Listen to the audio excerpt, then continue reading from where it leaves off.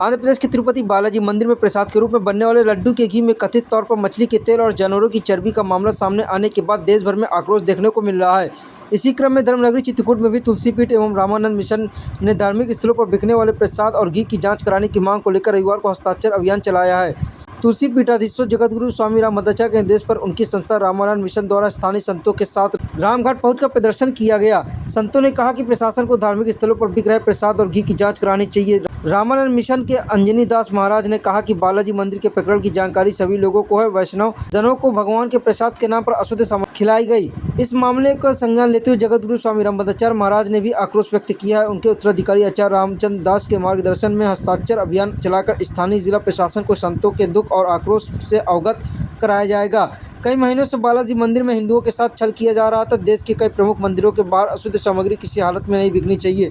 संत ने कहा कि जानवरों की चर्बी को प्रसाद के लड्डू के लिए उपयोग में आने वाले घी में मिलाना बेहद आपत्तिजनक है। धर्मनगरी के सभी संत इसका विरोध करते हैं। साथ ही चित्रकूट में आने वाले घी की भी जाँच होनी चाहिए। भगवान के लिए आने वाला घी बेहद पवित्र होना चाहिए, जिससे प्रसाद की पवित्रता बनी रहे। अधर्म का कल्याण हो। गौ माता की जय। गौ माता की जय। गौ माता की जय। प्राणियों में भावना हो। विश्व का कल्याण हो। विश्व का कल्याण हो। गौ माता की सत्य सनातन धर्म की जय हो। प्राणियों में भावना हो। विश्व का कल्याण हो। विश्व का कल्याण हो। गौ माता की जय हो।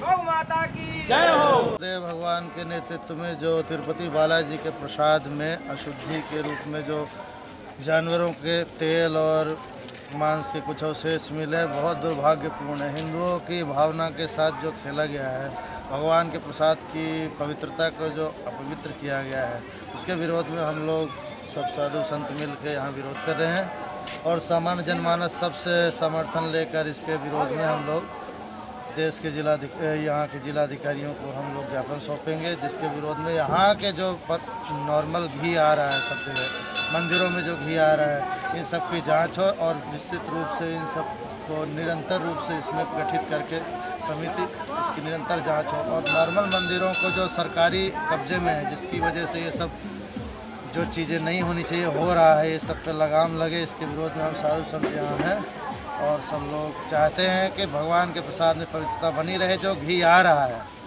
बहुत अशुद्ध आ रहा है और हर ज़िले में हर मंदिरों के आसपास या पवित्र घी बिक रहे हैं, ये ना बिकें, इसके लिए भी हम लोग चाहते हैं कि ज्ञापन सौंपें और इस पर जो संबंधित अधिकारी हैं वो लोग निरीक्षण करें, जानकारी सबसे लें और सुनिश्चित करें कि अच्छे से अच्छा प्रसाद भगवान तक हम लोग निवेदित कर सकें। इसके लिए कार्य हो।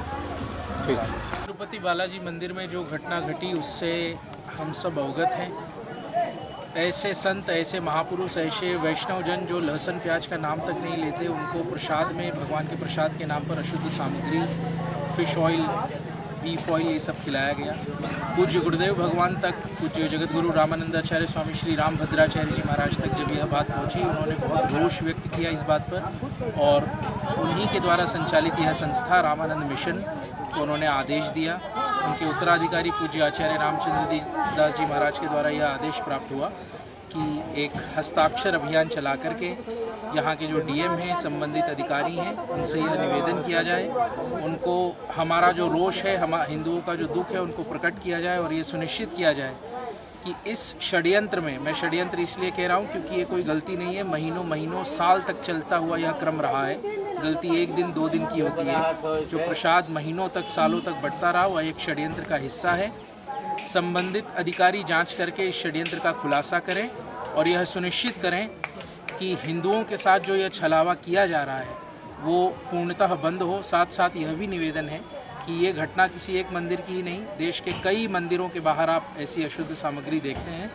रामानंद मिशन यह अनुरोध करता है सभी सनातन धर्मावलंबियों से, हमारे भाइयों से जो दुकानदार हैं, ये सुनिश्चित करें कि कोई अशुद्ध खाद्य सामग्री आपकी दुकान से न बिके।